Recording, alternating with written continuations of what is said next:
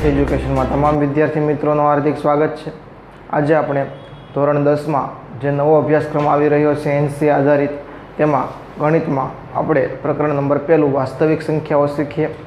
એ પહેલાં એક અગત્યની માહિતી મેળવીએ કે જો તમે પ્રથમ વખત વિડીયો નિહાળી રહ્યા હોય અને હજુ સુધી ચેનલને સબસ્ક્રાઈબ ન કરી હોય તો એક વખત સબસ્ક્રાઈબ કરવા માટે નમ્ર વિનંતી છે, કારણ કે આપણી આ ચેનલ વિથ એજ્યુકેશનમાં ધોરણ 1થી લઈને 12 સાયન્સ કોમર્સ દરેક ધોરણના વિડીયો લેક્ચર મૂકવામાં આવે છે અને બીજા ઘણા બધા આઈએમપી પ્રશ્નપત્ર મૂકવામાં આવે છે, જેથી તમે પરીક્ષામાં સારો એવો માર્ક્સ મેળવી શકો।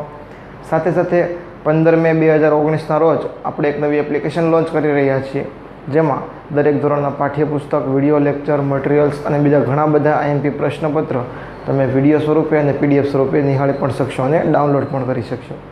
સાથે સાથે શિક્ષક મિત્રો માટે આપણે એક નવી પેપર જનરેશનની એપ્લિકેશન લઈને આવી રહ્યા છીએ, જેમાં દરેક ધોરણના પ્રશ્નપત્ર કોઈપણ વિષયનો શિક્ષક જાતે સોલ્યુશન સહિત બનાવી શકશે, જે 15 મે 2019 પછી ગૂગલ પ્લે સ્ટોર પર તમને મળી રહેશે, અથવા તો નીચે આપણે દરેક વિડીયોના નીચે ડિસ્ક્રિપ્શનમાં તેની એપ્લિકેશનની લિંક મૂકી આપશું। તો શરૂઆત કરીએ સ્વાધ્યાય 1.2નો પ્રશ્ન બીજો। નીચે આપેલા પૂર્ણાંકોની જોડીના ગુસા અને લસા શોધવાનો છે અને ગુસા ગુણ્યા લસા બરાબર બંને પૂર્ણાંકોનો ગુણાકાર થાય છે કે નહીં તેમ ચકાસવાનું છે। તો સૌપ્રથમ આપણે બંને સંખ્યા જે આપેલી છે એના અવયવ પાડીએ। તો શરૂઆત કરીએ 26 બેકી સંખ્યા છે એટલે 2 વડે ભાગ ચલાવીએ તો 13 દુ 26। હવે 2 અને 13 બંને અવિભાજ્ય સંખ્યા છે, માટે 26ના અવયવ લખીએ આપણે તો કોણ કોણ થશે?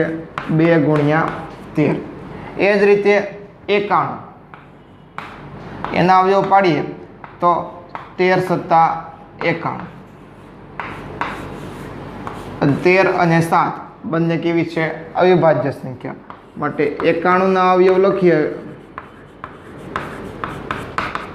7 ગુણ્યા 13। હવે આપણે ગુસા અને લસા શોધવાનો છે અને ગુસા અને લસાનો ગુણાકાર કરીએ અથવા તો બે પૂર્ણાંકનો ગુણાકાર કરીએ એ બે સમાન પરિણામ આવે એવું સાબિત કરવાનું છે। તો આપણે લખીએ કે ગુસા પહેલી સંખ્યા 26 છે અને બીજી સંખ્યા 91 છે। ગુસા એટલે કે બંને સંખ્યાના જે અવયવો પાડેલા છે તેમાં સામાન્ય અવયવ હોય તેને ગુસા કહેવાય।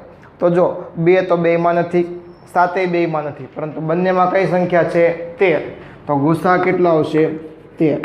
અને લસાની વાત કરીએ, લસા બે સંખ્યા 26 અને 91 એટલે કે જે મેક્સિમમ ઘાત હોય, 2ની 1 ઘાત છે નથી એટલે 2ની 0 ઘાત હોય, 7ની 1 ઘાત છે નથી એટલે 0 ઘાત હોય, એટલે 2 ગુણ્યા 7 ગુણ્યા 13 કેટલો ગુણાકાર થાય છે?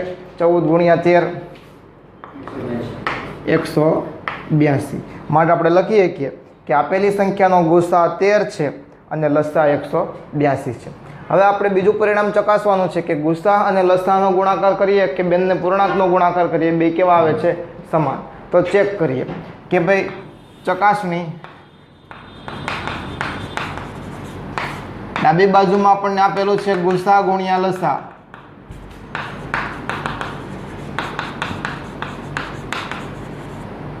ગુસા આપણને મળ્યો 13 અને લસા મળ્યો 182।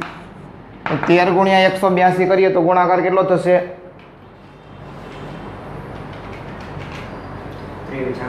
2366।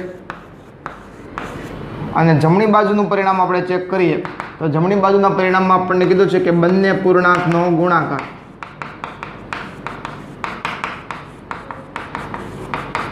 તો બંને પૂર્ણાંકમાં એક પૂર્ણાંક આપણી પાસે 26 હતો અને બીજો પૂર્ણાંક આપણી પાસે 21 હતો, 91 હતો, તો 26 ગુણ્યા 91 કરીએ તો કેટલા મળે છે? 2366। માટે આપણે કહી શકીએ કે ગુસા અને લસાનો ગુણાકાર કરીએ અથવા તો બંને પૂર્ણાંકનો ગુણાકાર કરીએ, બંનેમાં પરિણામ કેવા આવે છે? સમાન। માટે ગુસા ગુણ્યા લસા બરાબર બંને પૂર્ણાંકનો ગુણાકાર। થેન્ક યુ વિદ્યાર્થી મિત્રો। જો તમને વિડીયો પસંદ આવ્યો હોય તો ચેનલને લાઇક, સબસ્ક્રાઈબ અને શેર કરજો, તથા બીજા વિડીયોની લિંક નીચે ડિસ્ક્રિપ્શનમાં મૂકેલી છે। Thank you.